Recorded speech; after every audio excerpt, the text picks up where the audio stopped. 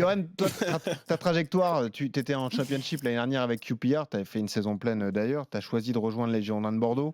Le contexte était particulier parce que Bordeaux a pris son maintien la semaine justement de la reprise du championnat.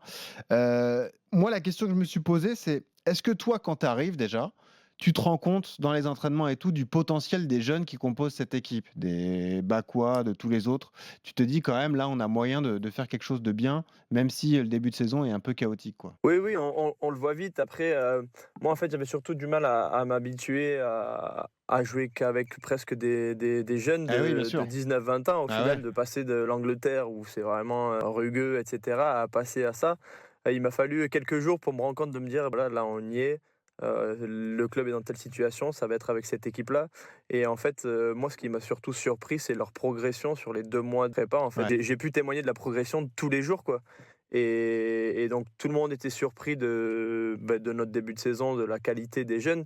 Mais en fait, nous, à l'intérieur, bon, bien sûr, on s'entendait pas à avoir un si bon début de saison. Hmm. Mais moi, personnellement, j'étais pas surpris de leur qualité parce que je m'entraînais tous les jours avec eux et je voyais vraiment le potentiel. Et puis au final, même si nous, en suivant, on est rentré dans l'équipe, bah, on voit bien qu'il y a encore des jeunes qui jouent et qui nous portent, à l'image de Dylan. Et oui, parce que les contrats ont mis du temps à être homologués, hein, évidemment. Je pense à toutes les recrues. Il y a toi, il y a Vital Nsimba, il y a Clément Michelin.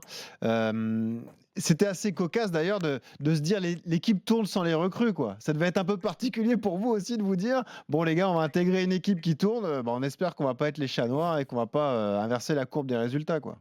Complètement, complètement. Au début, on espérait qu'ils fassent le mieux possible et puis au final, on voyait vite avec l'engouement, limite que tout le monde voulait que les jeunes continuent de jouer et que nous, on rentre Ouais, pas, ce qui est ouais, aussi ouais. compréhensible de par leur qualité et au final, quand on est rentré dans l'équipe, bah, à Saint-Étienne, justement, on a perdu donc on s'est dit: «Bah, on casse une dynamique, on arrive et on a envie de bien faire» et au final, c'était pas le cas mais voilà, heureusement, on s'est vite mis dans le bain et puis on a enchaîné des bons résultats derrière. Est-ce que tu as aussi vite été rassuré par les rapports avec les supporters des Girondins qui ont vécu une saison dernière très compliquée, à l'image des Stéphanois d'ailleurs, hein. Ça a été même plus chaud à Saint-Etienne qu'à Bordeaux, mais c'est vrai qu'il y avait un conflit ouvert.